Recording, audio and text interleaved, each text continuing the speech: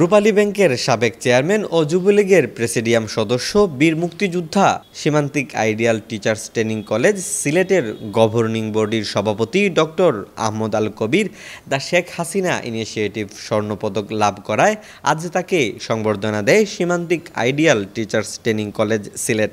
অনুষ্ঠানে আসা অতিথিরা প্রথমেই তাকে অভিনন্দন ও ফুলের শুভেচ্ছা জানান।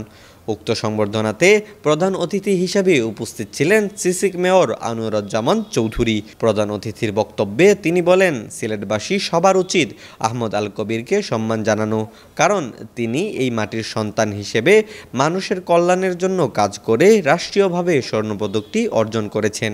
আপনাদের জন্য, আমাদের জন্য, এই সিলেটের জন্য উনি সময় দিয়েছেন। এজন্য ওনাকে আমি সেলুট জানাই, সালাম জানাই এবং শ্রদ্ধা জানাই। আমি জনাব আহমদুল কবির কে আমি সিলেটের নির্বাচিত মেয়র হিসাবে আমি আজকে কংগ্রেচুলেট করতে চাই। সিলেটবাসীর পক্ষ থেকে, সিলেট সিটি কর্পোরেশনের পক্ষ থেকে, আমাদের সমস্ত কাউন্সিলরদের পক্ষ থেকে, আমাদের যারা প্রশাসনিক কর্মকর্তা সবার পক্ষ থেকে। কারণ হলো যে আমাদের সন্তান, উনি এই সিলেটের সন্তান হিসাবে যখন জাতীয়ভাবে উনি কোনো পুরস্কার পান, এটা আমাদের গর্বের বিষয়, আমরা গর্বিত হই। উনি আমাদের জন্য সুনাম কুড়িয়ে এনেছেন। আজকে আপনারা যারা উপস্থিত হয়েছেন, আমরা সবাই আজকে অত্যন্ত আনন্দিত এবং খুশি।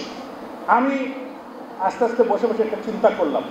আমি মনে করি যে সীমান্তিক, আপনাদের পক্ষ থেকে যেটা করেছেন আমি সাধুবাদ জানাই, সালাম জানাই ও অত্যন্ত সুন্দর একটি অনুষ্ঠানের আয়োজন করেছেন। তবে আমি মনে করি, আমি বিশ্বাস করি আহমদুল কবির সাহেব যে অ্যাচিভ করেছেন, যে কাজ করেন, নীরবে কাজ করেন, উনি কিন্তু বড় বড় কথা বলেন না। উনি একজন অর্থনীতিবিদ, উনি একজন সাধারণের সজ্জন মানুষ। উনি কষ্ট পেলেও বুঝান না। ওনার সাথে আমার দীর্ঘদিনের সম্পর্ক। উনি আমার একজন অভিভাবক, সবসময় ওনার কাছ থেকে আমি উপদেশ নেই। এই সিটি কর্পোরেশন নির্বাচনের পূর্বে এখানে আপনারা যারা উপস্থিত হয়েছেন, আপনাদের সবাইকে, আহমদুল কবির সাহেব সহ শামীম আহমদ সহ সীমান্তিকের সমস্ত টিম এবং এই রুমের মধ্যে যারা আছেন, আমি একটি কৃতজ্ঞতা আপনাদেরকে দেরিতেও জানাতে চাই। আজকে আমার 6 মাস হলো আমি মেয়র হয়েছি। সংবর্ধিত অতিথি আহমদ আল কবির তার বক্তব্যে বলেন, এই অর্জন সকলের সম্মিলিত প্রচেষ্টা ছিল বলেই তা সম্ভব হয়েছে। সাধারণ মানুষের, গরিব মানুষের সেবা পাওয়ার জন্য, এবং এইটাকে বলা হয়েছে বিশ্বের জন্য একটি মডেল।